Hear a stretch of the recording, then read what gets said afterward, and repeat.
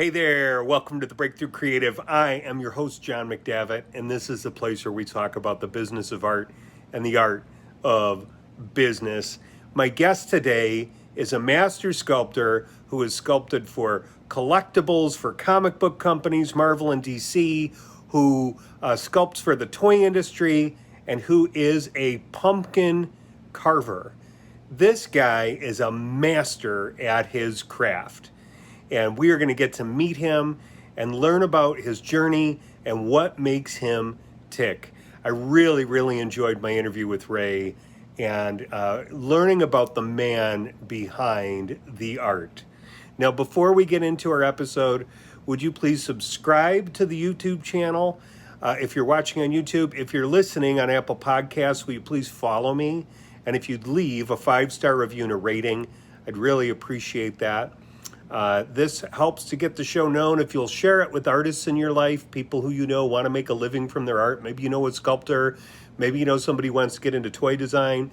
Maybe it's Halloween and you know somebody who wants to get into pumpkin carving. This is a really good episode to watch just to get into the mindset of Ray in his life, how he approaches his art and craft, and how he approaches his life and his journey. So, on with the interview. I am be 52 here next month. I'm an artist, sculptor, or also I think I said all different types of art.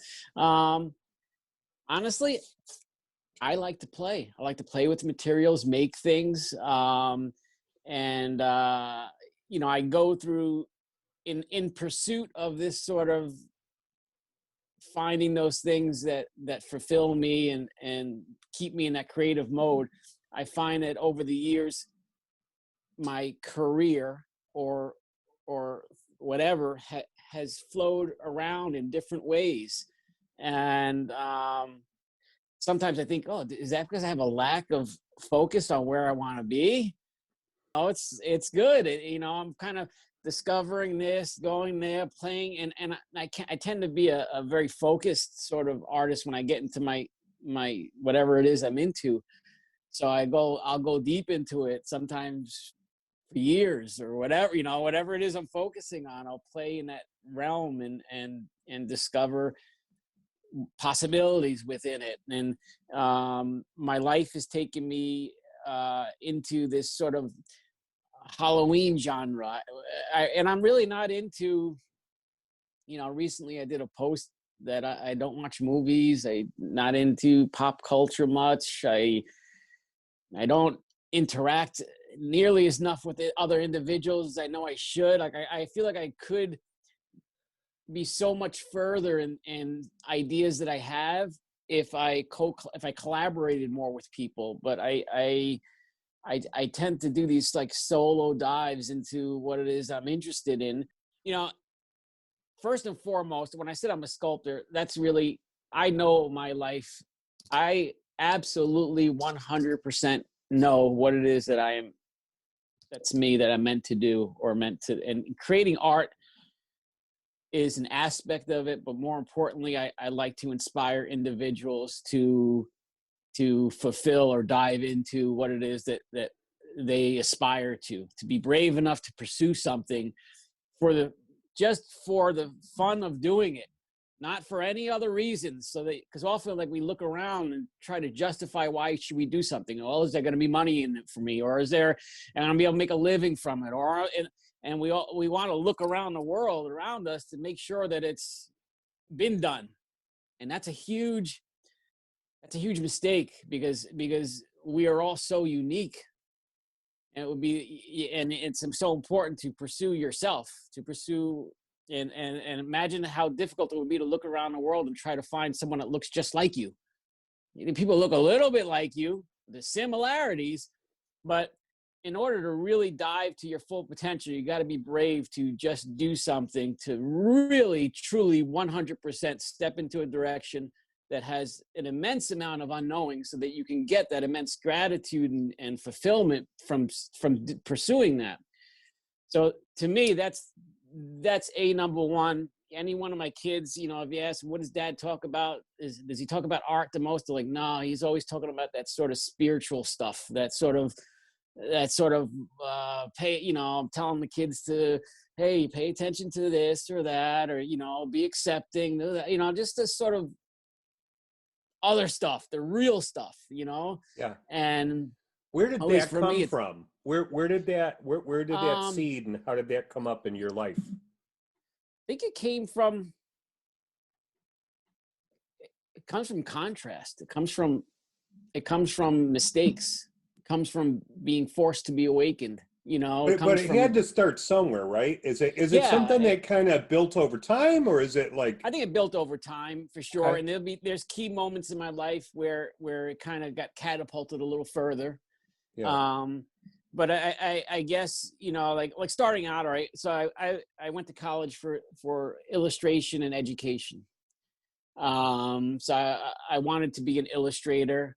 But there was this hesitation, insecurity, or whatever with me that did not like the idea of having to go look for work and show my work to people in hopes that they think it's worthy and I get a job, and it just seemed like a never ending sort of commitment to that that sort of stuff that I felt discomfort with. I don't like that. Even to this day, I don't like selling stuff. You know, I mean, I want to sell stuff, but there's this part of me that would just rather give it away and forget it. You know, like I don't know. So from the get go, there was a sort of as much as I wanted to be an illustrator, I was a little bit apprehensive for. But I love working with kids. I like being I wanted to be a teacher also. And so I went into, you know, I had an education degree, so I went into teaching. So out of college, I grew up in New York, went to school in New York City, School of Visual Arts. After college, I moved to, my ex-wife lived in Ohio. So I lived 2 years in Ohio, but then I got a job teaching in Northern Michigan. And so I taught 13 years in Michigan, K-12 art. And obviously I'm not teaching now, so that's an indication that it wasn't a forever thing, but it was just a perfect stepping stone to where I'm at now. It really, I was super fulfilled with that. You know, I enjoyed working with kids. Even to this day, I vibe much more with kids than I do most adults, unless they have a very playful spark in them. But usually the older people get, they allow life to squash that out of them. So but it's fun to find, you know, so obviously I like vibing with other adults that's still in that playful mode, or to vibe with adults to hopefully inspire and rekindle that. But I went into teaching, so I taught for 13 years, and then back, I don't know, almost 20 years ago, maybe like 17, 18 years ago, I met my wife. And at the time I was just, you know, I was teaching and working construction in the summer times, you know, and even that I like. There's an overwhelming optimist in me that is able to find what it is I like about something, stay on that, and really enjoy it, you know. So as much as I was doing construction, there was parts of it I liked the workout. I liked you know, I liked that sort of thing about it. But and I was started carving pumpkins for the students, probably even further than that, man, over 25 years ago, maybe, where I was just doing carvings. They didn't look nothing like they do now at all, nothing like it. Very crude, but it was something I did in the fall with the kids. And so about 17, 18 years ago, my wife said, well, why don't, you know, you stop this construction, you know, because I was doing industrial construction where I'd go on jobs where I might be away from home for a couple of weeks, a week or so, or, you know, and she goes, do something with your art. And so she really encouraged me to kind of, you know, focus on that and see what I could do. And the timing of it was perfect, because it was at that very exact time that like things like McFarlane toys and stuff like that were coming out. And I wasn't a sculptor. I mean, I carved the pumpkins for the kids, and I was an art teacher. So every once in a while I would do a 3D project. By no means would I consider myself a sculptor. Definitely spent more time drawing and painting than I would at sculpting. But I could feel within me that whenever I did something sculpture related, it just seemed more magical. It seemed like I somehow brought this thing or whatever it was I was making into a reality a little bit further. You know, it was like I walked back into the room. I mean, back then, the most I've ever worked on something, well, back in college, when I did a painting or something, I might spend a couple of weeks on a painting. But I went a good, you know, 10, 15 years as a teacher where the only art I did was a sample for the kids, and it might have taken me a few hours or something like that. I never really dove into art again. I was too busy. I got into fishing, stream fishing up in Michigan, and you know, just playing out elsewhere. Really wasn't in my art, you know. I was having a blast doing those other things too. So I didn't miss out on anything for sure. But anyway, so the McFarlane toys started coming out, and I started looking at these toys. I'm like, oh my God, look how cool this thing looks. And so I remember sitting in class one day, and I was looking at a toy I had bought for one of my kids. And I was like, I just started researching it and looking at it. I'm like, I want to try to do this. And I don't know if that was maybe a week or two after or before, but I had, we were watching Disney Channel with my kids, and on the TV, like the making of the behind the scenes of Mulan, they were interviewing Tony Cipriano. I don't know if you know familiar with who he is, his work or whatever, but I had went to college with him, you know, and I Googled him and I looked at some of the stuff that he was working on, and I was like, God, I want to do this. I'm like, why don't I ever try sculpting, like with focus, not just like paper mache project with the kids or some clay kiln thing that blew up, because I don't even know how to, you know, I'm not a very, I'm not, like, people look at my work and they think I'm patient, and they have no clue. They have no clue. I am not patient. I am not patient. Like I always say, and maybe it's when I hear the word patience, I've talked about this before, because there's, you know, the part of me that says not the artist that's whose purpose feels like more of like a spiritual teacher or someone or guide to get people to do like things that they love, realizes that there's certain triggers or things that people go wrong, like where they make those certain mistakes sometimes. And for me, I'm not patient. And then when people see my work, or they see me, you know, spending 8 hours balancing a rock, they call that patience. Or if they say me sitting there sculpting on an area and like spending like so many hours on one little spot, and if I don't like it, I'll redo it or whatever. And they think that's patience. But for me, patience is this sort of word that requires discipline to discipline to weather through something so that you can achieve something on the other end. At least that's how the word sounds to me. And patience would only be required if I was doing stuff I didn't love. But I only do what I love. And so when I'm pursuing things that I love, I don't have to be patient. It'll be like, yeah, I'm never patient if I'm getting a massage. Like, hey, massage my back all day, I'm okay. You know, I don't need to be. The idea of being patient for that never comes up. So I have fine-tuned myself quite a bit to stay in those areas of life that I enjoy, and therefore I'm able to exercise what seems to be patience from a third-person perspective. But the word is, I'm almost a non-player in what I'm my process for it. But anyway, so I saw Tony's work, and But by at the the same way, time, just to kind of circle back on how you defined that, you defined it not as patience but as loving your work.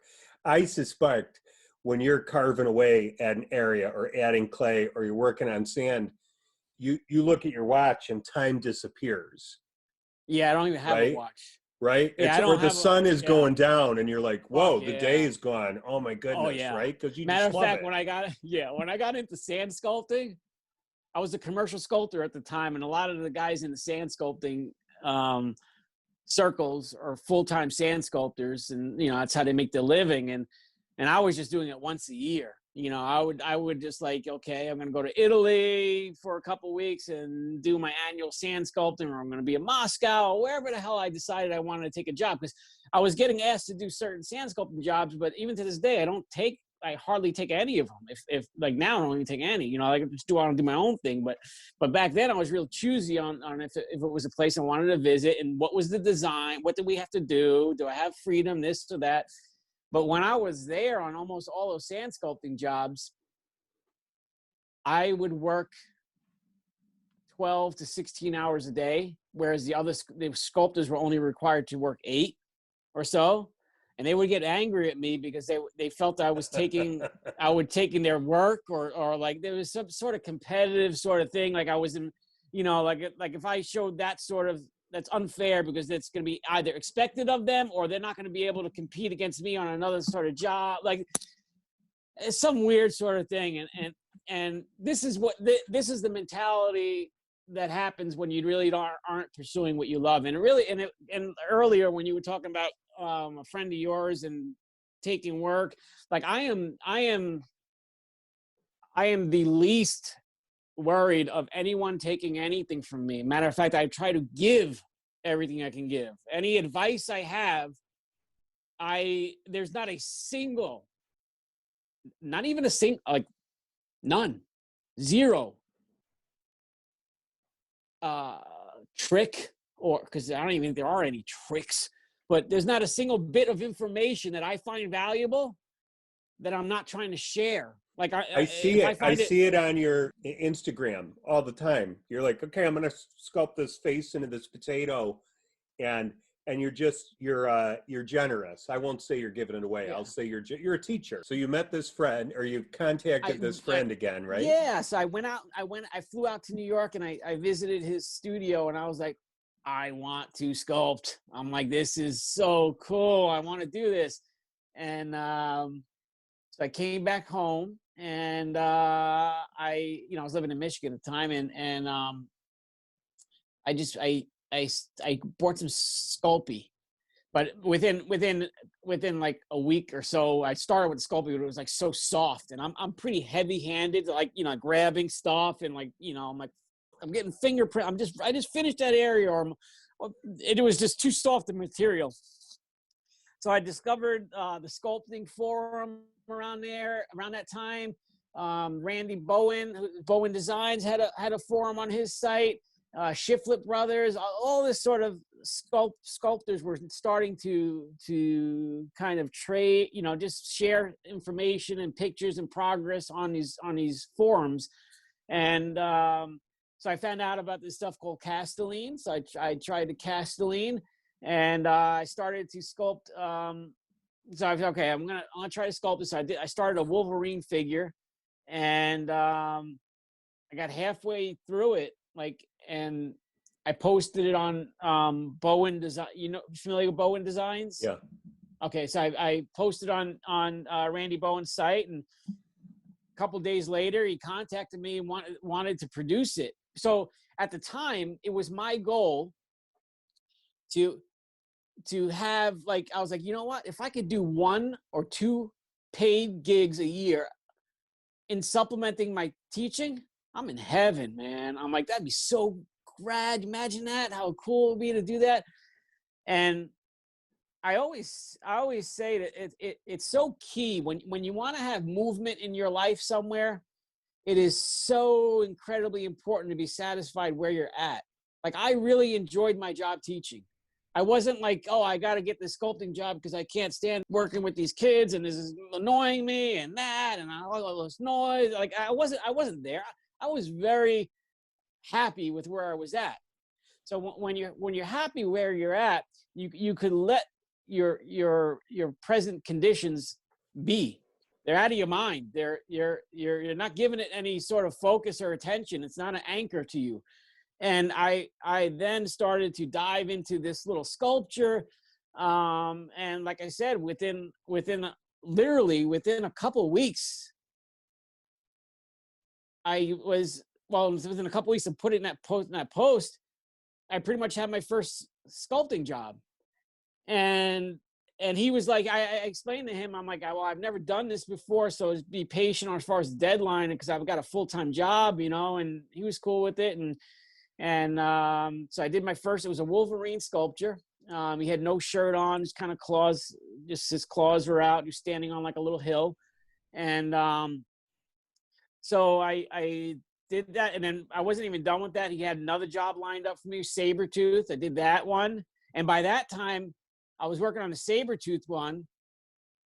And then I was getting calls from like Sideshow Collectibles and McFarlane Toys. So there's like all these, the workflow just started to come in, and I was doing freelance sculpting and teaching.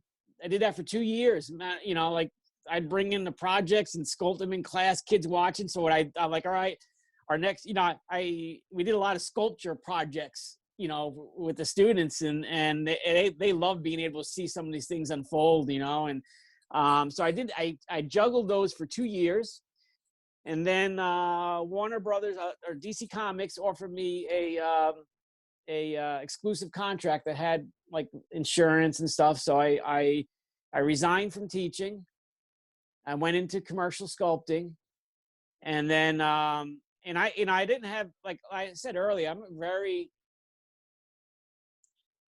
very much present in my life as far as the things that I enjoy. I'm not, I was trying to think about this the other day. I'm like, okay, I'm often daydreaming, but I'm not like daydreaming like they're inspired. There's a difference between like imagining what you want, but it's like a forced, hammered imagination. Like you're trying to figure what you want. You know what I mean? Or you're trying to solve a problem. Or I've come to realize there's different ways of thoughts that work, and that does never work for me. And most of the time I'm not into, I wasn't even into comics and stuff. Like I was getting jobs to sculpt half these characters. Like in here is a lot of, I'll show you in a little bit, but there's like a lot of these characters around. I didn't even know who Sabretooth was. I didn't know. Like I guess it's a pretty staple Marvel character, but I didn't know who he was. And when I started working for DC Comics, they got all, I knew obviously the big, Superman, Wonder Woman, Batman, like those I knew, but there were plenty. Oh, you have to go to the Warlord. I'm like, who the hell is Warlord? But so as I was doing these sculptures, it was fun. It was just so fun to make something out of clay, and I was discovering the materials and the process, and I'd build these little figures, and I'd wake up in the morning, I'd spend all night working on it, and then I'd come back the next day, and it would be sitting there waiting for me, and it just felt magical when you walk into a room and there's this little, once it starts to come together, and that's a part of sculpting I absolutely love. So I started working for the toy and collectible industry, and while I was doing those things, I put on my website, I put a little link to some of the pumpkins. The pumpkins started getting a little bit better now because I was literally sculpting, so I was focusing much more on three-dimensional form, and I noticed all the little hacks that when I was doing pumpkins earlier for the kids prior to my sculpting phase, I didn't spend I didn't get so lost in them, I tried to do as best I could, but just once I got into the clay and wax sculpting with the toys, it really allowed for me to push the boundaries a little further with the pumpkins. And I did a little like a little simple tutorial, like maybe like a dozen photos with a little description on each one, and I put it on my website, and it just went viral. It went back then. Yahoo used to have like four featured stories, and then when you went to their main page, there were like 4 stories that they had the regular news, then 4 little stories that you can click a link on. And someone called me up and said, "Hey man, you go check out Yahoo right now." And I looked at it and I'm like, "Oh, my pumpkin thing is right there." I got calls from, you name it, Letterman Show, Food Network, all these different places called me up and wanted it. That's when Food Network stuff with food. That's when Food Network wanted to do the pumpkin stuff. So I did a few years. I did stuff with the Food Network, and then I stopped doing that. But that's what that sprung from that from when Yahoo shared that. I believe that's how that well. They contacted me right after. I got to believe that they saw it on YouTube. That's so cool. What's really amazing to me about your pumpkins is except for the highlights in the eyes and the teeth, the things that you do with potatoes in different colors, or the tongue that you made out of the sweet potato, it's all subtractive. None of it's additive. Yeah, and you gotta know where you're going. Like that's amazing to me. That's really masterful. Thank you. In the beginning years, there was nothing added, only because I saw it as cheating, but I ended up taking it as far as I could take it, and I was like, why am I limiting myself? Maybe I could add. The first one I really added was like a screaming face that was bursting out of a pumpkin. There were little pieces shattering, and it took a lot for me to add those little pieces of rind that left the natural curvature of the pumpkin, because I wanted, this purist in me did not want to add glue, pin, nothing. It was one solid pumpkin you could shake or whatever. But I realized that it's okay to add stuff but yeah, I started to play with it a little bit more outside the boundaries of it. But it's funny. It's always like the same story. That's just it's like the same thing that happens all the time. It just gets different characters play out the meaning of the equation or something like that. Or like there's artists that are incredible artists, but if you tell them to sculpt something where they can't add back, it's like they lost everything they know. It's like they get so nervous that they might pull away a piece of material that they might need, that they even forget how to sculpt. It's like they because they, I don't know, it does something. Everything becomes too precious, right? Yes, and you don't want, yes, you're more worried about making a mistake than you are about exactly discovering something amazing. Exactly. That's exactly what happens. And that's why I said it's the same thing that plays out in everything in life. Like everything. The more importance you give it, the further out of grasp you're going to make it for yourself. Yeah. And the rocks have taught, I always say the rocks taught me more than anything, man, because it's like. So talk a little bit about that, because we haven't even mentioned it, like the balancing that you do with these rocks. They're just so beautiful little sculptures. Yeah, we'll go look at some while I explain it.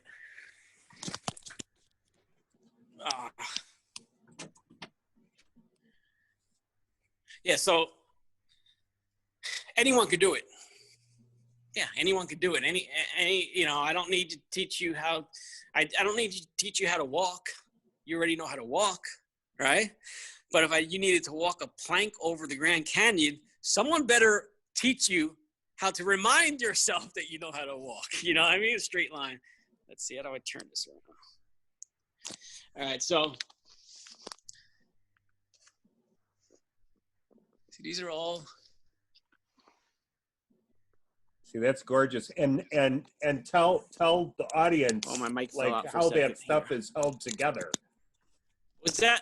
And tell the audience how that's held together. Yeah, this is just held. It's just balanced together. So I could probably blow all this over. You know, it's gravity. Yeah. Right. There's another one here. That's beautiful. I love that. Yeah. So here's some other art. And that's carved out of wood, right? That's literally. This is very little is carved. It's actually constructed out of pieces. Uh-oh, I lost you. There you go. I see you again. Yeah. Hold on a second. This mic here. Is the mic working now? Yeah, the mic's good. Cool. Okay. All right. My mic is a little wobbly here. Going in and out, I think. Your mic is clear. I can hear everything. You're good. All right. So the only thing that's actually carved or sculpted at all here is these ovals in the eyes. Everything else is just pieces of wood that I cut and glued together, like the hands. Yeah. You know, I just found branches for it. This mouth was already like that. I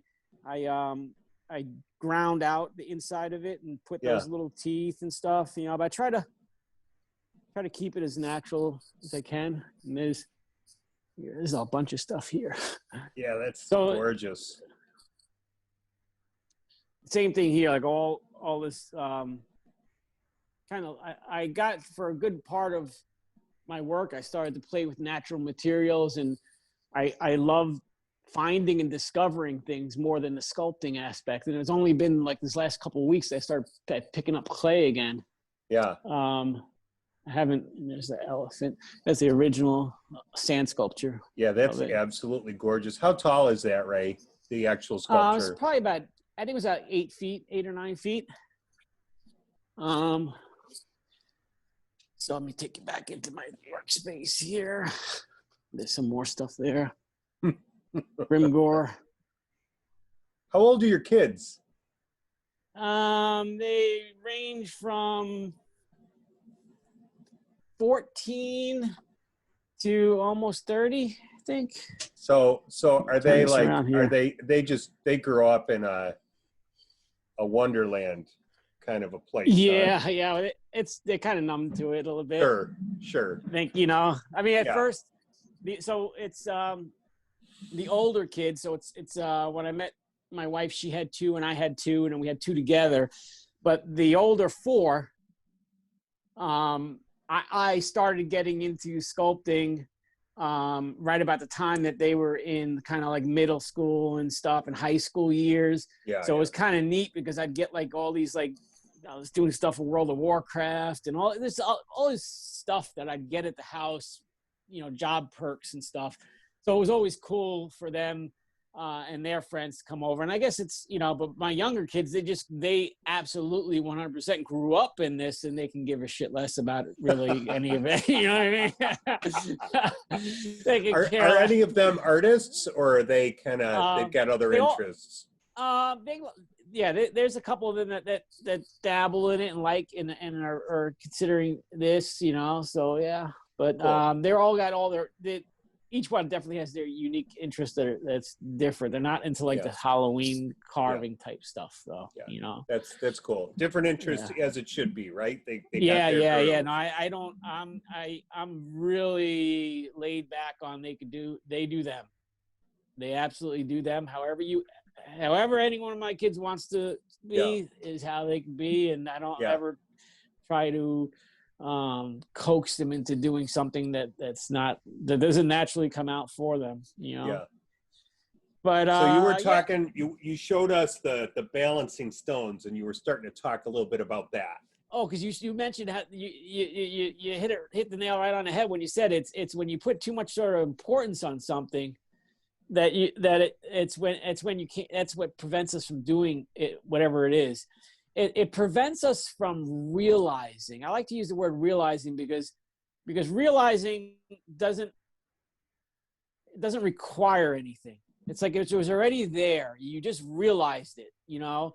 And often, a lot of times, the answers to our problems are right there for us to realize, as opposed right there for us to have to work, we got to work at making this manifest because of this and that. And it's not how it works. It's like usually like, it's like, man, you just get into that mindset, and then all of a sudden you're going to get in a flow.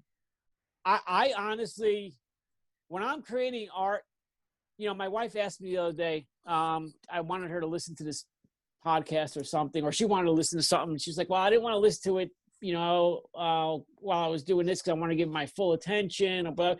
And out of curiosity, she goes, I noticed that, you listen to podcasts when you're working sometimes. Can you do that? And I'm like, yeah, because when I'm working, I'm in a flow. I'm not thinking. Sort of like I'm more allowing.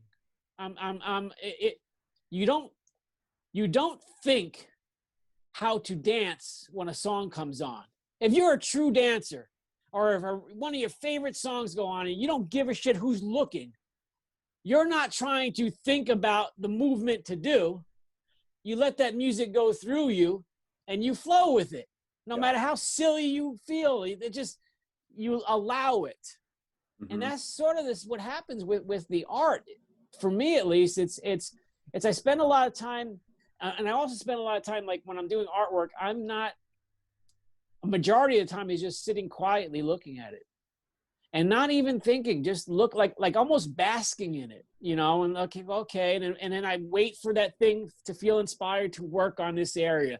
Then I might turn it around, I might photograph it and relax with it. And I wait for the next moment that I feel inspired. So I rarely feel like I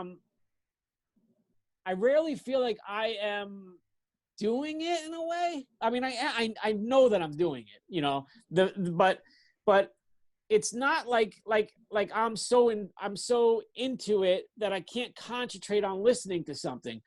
I told her, I said, it's more like if you were putting frosting on a cake, not a fancy cake, just putting frosting on a cake. You could listen to something while you just gently, therapeutically move your spatula with the frosting over it. You would be able to do that therapeutic movement because it's not something that you really think it's a different sort. I don't know how to articulate it. You know what comes to mind for me? Like if I'm working on an illustration or I'm working across a few things, and it only came up because, I'm listening to you talk. It's like I'm in a relationship with the piece, and the relationship is growing, and parts of the piece are maturing as I'm working over that part. And then I'll work over on this part, and then I'll kind of push it back. And like you say, there's a lot of looking and a lot of observing, and what next? What isn't right on this right now that I can go and work on? And I guess that might be a controlling relationship, right? No, it's good. It's part of the process. But the key is that it's that the movement and making it better is usually inspired. It's never.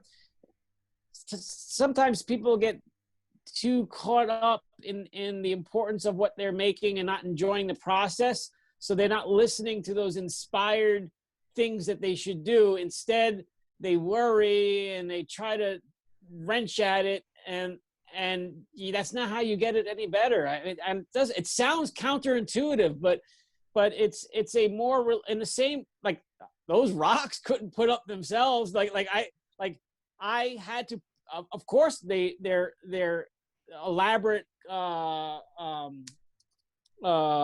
compositions of rocks balanced there, but what it took to do that is the same thing that it took on day one when I tried to do this for the first few days, I was just doing one rock. Just trying to stick one rock on an edge. And it took the same exact thing that takes. And I didn't learn anything more. The only thing I learned more was not to allow the noise. Not to allow so much conversation in my head, to be more quiet, that's basically meditation, and that's what, and often when you're really in a good flow of artwork, that's meditation. You are silencing everything and having like this what you call a relationship with this piece of artwork, and it flows. It and this is the aspect of the art that I love, because I realize it's the same thing that's happening everywhere else in life too. It's like a truth, you know, that gets applied everywhere.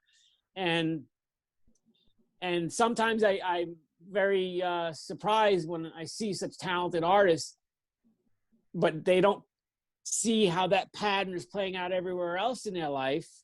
But I have my spots where I don't see, you know, we all have our little areas where we grind through life and whatever. But I am just fascinated with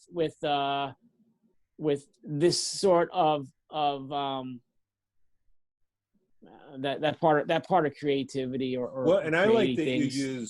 you just use the word pattern, because I see patterns in my painting. I see patterns in my digital work.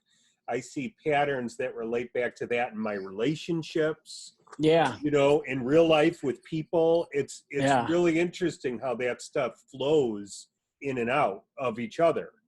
Yeah, it's like, well, with all the various aspects you see, it are just different characters playing the same role that we tend to have going on. You know, it's just painted differently, and sometimes it could be a distraction or a diversion, but then you got to come back to. That's why I always say it's so important. It's like this. It's always important to lean into optimism, like to really like with your, and it's so important to do that within yourself. So so anyway, I went into, where were we? I started doing put the pumpkin stuff on the website. Yeah. And it took off, and I always enjoyed the pumpkins, because it was, as much as I loved the commercial sculpting, there was something super magical about the pumpkins that was missing out of the collectible stuff. The collectible stuff, the magic was there in a sense that, well, I loved it because it was like, wow, you know, I there were times in my life where I was like, oh, it'd be cool if I, you know, when I was into illustration, I would just love to do even if I did a back of a cereal box would be fun. You know, like I just like wanting to do something that was beyond just me drawing something and, you know, I wanted to share and get it out there and stuff. So when I did the toy and collectible stuff, it was so surreal to see stuff like out in stores, and it was like, oh my God, or to see it in stores in a different country. Right. And it was very satisfying. Yeah. But out of curiosity, would they give you turnarounds for the sculpture? Some of them, yeah. Yeah. Often they would have, each job was different, but a lot of the time, sometimes the artist, like a lot of stuff with DC, they would say, okay, we need Batman action figure drawn. So every month I got every single comic book and soft cover book and hardcovers that DC put out, not only under their label, but they also had like Vertigo, like I had a bunch of different sub things that they had, basically a box like every month that came with books and stuff. And sometimes they say, okay, go refer to this one because we need action figures based on this person's artwork. And again, like I told you, I wasn't into comics, still am not into comics, don't know any of the artists. You know, I just, on a post the other day, I said how almost funny embarrassed I was. I didn't even know who Stan Winston or freaking or any, Rick Baker. Like I wasn't into the movie stuff or any of that, you know. And even now, while I'm aware of who they are, I'm still not into that scene enough to know who some of the second tier people are. And I'm an introvert enough that I just know my family.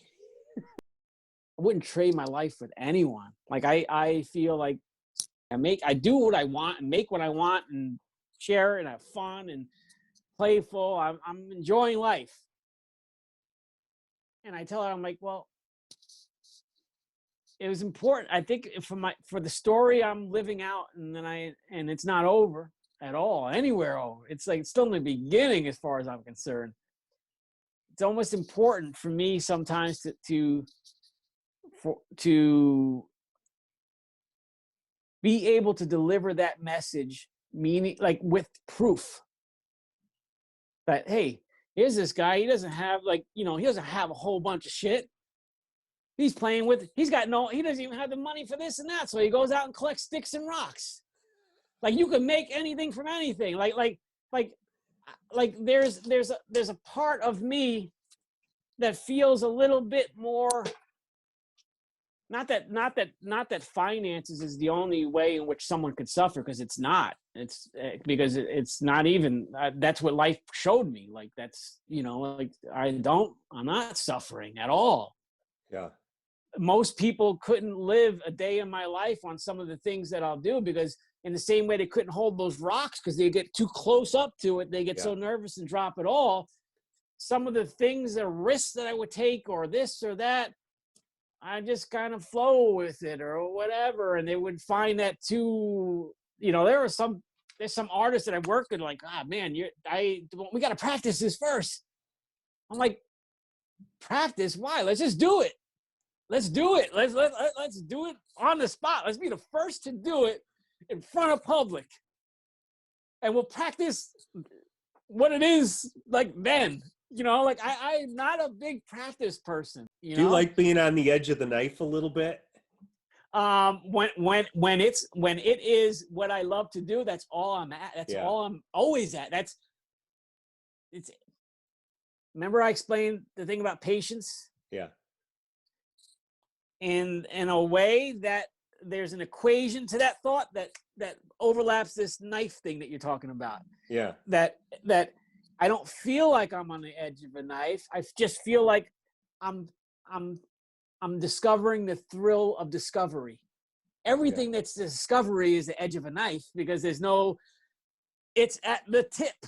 Yeah. Now I don't see it as a knife, because that means that I'm too worried.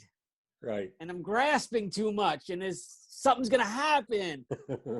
But I see it more as the thrill of discovering something. And if it doesn't work and I fall flat on my face, I know that this is the direction I want to do. Yeah. Go.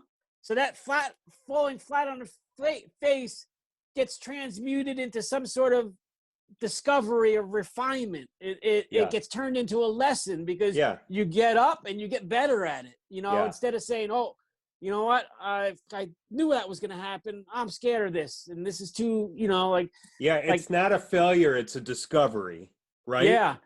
It's like, okay. And when you truly want to grow into new areas, you got to accept that. You got to accept failure. Yeah. And at some point, you even start to enjoy those parts. Those would be the rich, juicy spots. Those are what people want. We did a show with Sci-Fi Channel called Carvers. This is I saw it come on at some point. I know. Okay, so we did a pilot show, Carvers, and we basically I had Andy Bergholtz, Chris Vieira, and Sue Beatrice. All right, the show revolved around Andy and I, and then we just brought in the two other sculptors with us to go there and work the project. And we brought more sculptors, but the part that was filmed for the show just had Sue and Chris in addition to Andy and I. But anyway, it was like $100,000 job, and I shipped like 300 pumpkins to Hong Kong, and revolved around pickling pumpkins. And I'd never pickled pumpkins. Never did it in my life. But I did let the client know that I think it'll work, and here's why I think it should work. And I did a little test thing, a couple of months earlier. It didn't work the way I anticipated, it worked in the end. In the end, it worked out. Yeah. Like, but put it this way. The client called me back for more work, not with the pumpkins per se, but with the relationship work. It made Ripley's Believe It or Not, Guinness Book of World Record. No, Ripley's Believe It or Not.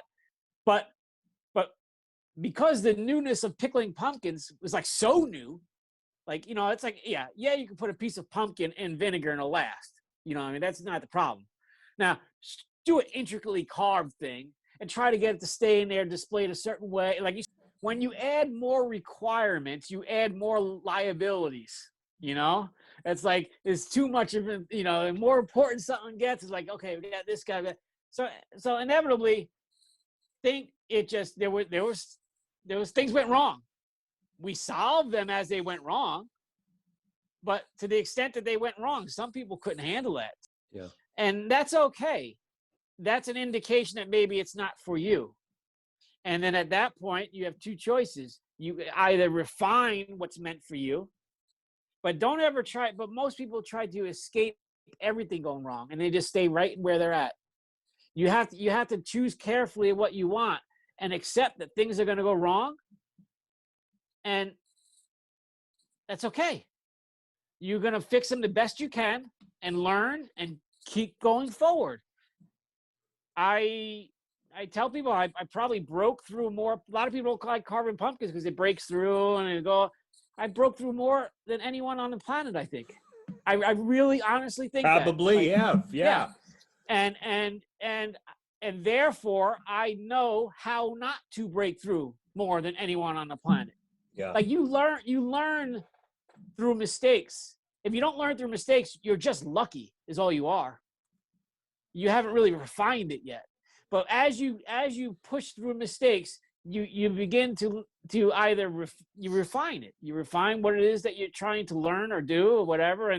That pickling process was I tried that, like on a big job right away. And that's where I started the learning process, and everything evolves. So even to this day, I might have, like this carving, let's see, this was carved, that was carved over, like this is carved like a year and a half ago or something like that. It looks like I carved it like yesterday or something, Yeah.